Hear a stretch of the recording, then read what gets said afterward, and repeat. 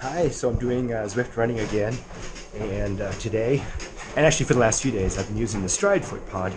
It's super consistent. I love it, and I'm just hitting my weekly goal for 16 miles, which is kind of low. I need to up it next week because my training program, if nothing else, is way over that. I also have a 60-minute target, working for experience points here. You know, get colorful shirts and all. Here's where I am right now. This is an iPad, which, to be honest with you, connects a lot better than my PC in general, especially on Bluetooth, which the PC won't even do. And through the app is kind of wonky. Also, here we are with the companion app. It still thinks I'm in the interval just before this. That was a nice catch. It hasn't synced property for some reason. Oh well. Hopefully by the end, right? And here I am. This is the recovery interval, half mile at 3.7, which you might have seen on the screen there. I'm wearing my Leadville V93 from New Balance with the Stryd Footpod, and I'm not going to stop to show that to you. A fifth of a mile left here. I'm going to go ahead and finish that out, but I just thought I would talk to you here for a few minutes and share where I'm at.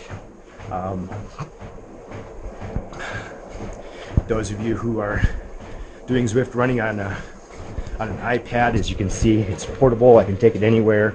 I can take it to hotels if I'm on a trip, which would have been really helpful a couple weeks ago.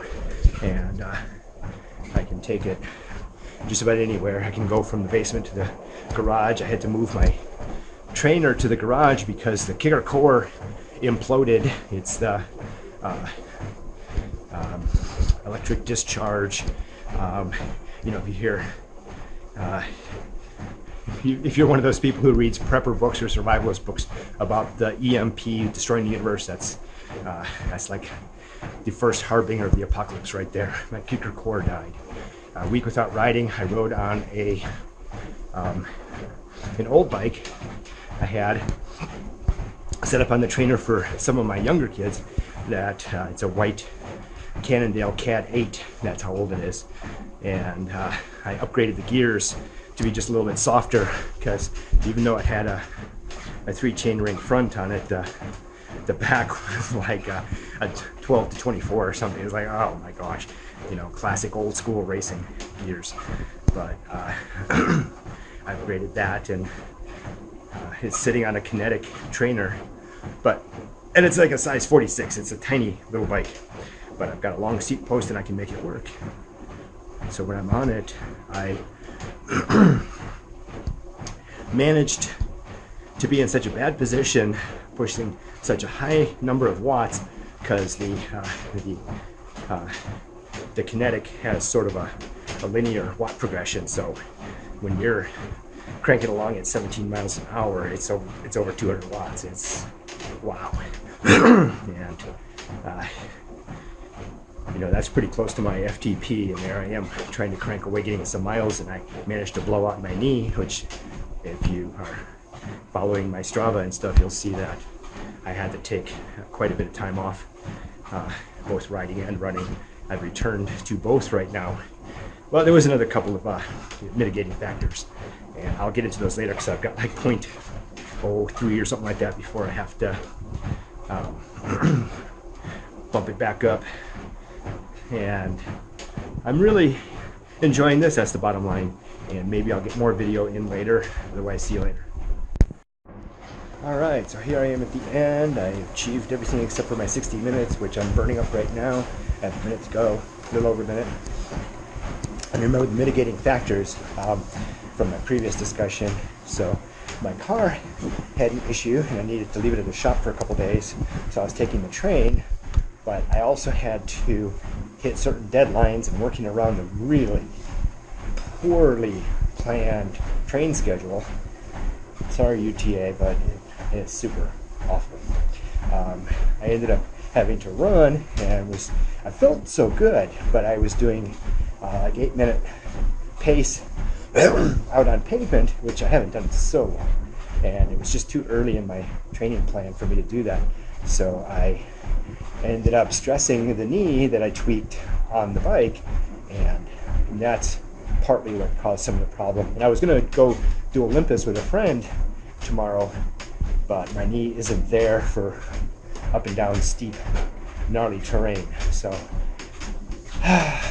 rehab, it sucks. So I might do an experiment here in a minute if I get a chance with syncing my Stryd and attempting to set up a treadmill run recorded on my Stryd with some wonky stats. Whoa, hey, I hit there's my confetti. Isn't that awesome? I hit my 60-minute target, so I got some experience points there, right? So anyway, I might record that if it goes well and share that with you. So hang loose, and talk to you later maybe. So I set up a treadmill run on my Stryd. I was able to edit the inclination to 22%, which matches my screen there. And there's what I've got here. And I'm not sure what any of this stuff means yet, except for that, 21 minutes per mile, which is slightly off from the treadmill, but I expected that. And 255 watts, wow, that's pretty cool. So this is for training for a VK, and remember I had asked Stryd, I posted about that once in my blog, I had asked Stryd if this was even possible, and they said, sure, go for it. So here I am. I'm surprised. This is awesome. Love it. Wow, getting into this is kind of tough. So I have to adjust the treadmill to 3.5 to get a 19-ish minute mile, which is about where I need to be, about 19.4 in order to pull off a 1 hour VK. So I'm just checking to see if this is even possible, and work my way towards a hand-free hour.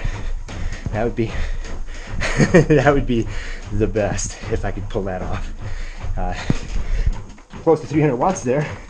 That's pretty freaking amazing, and I'm feeling it.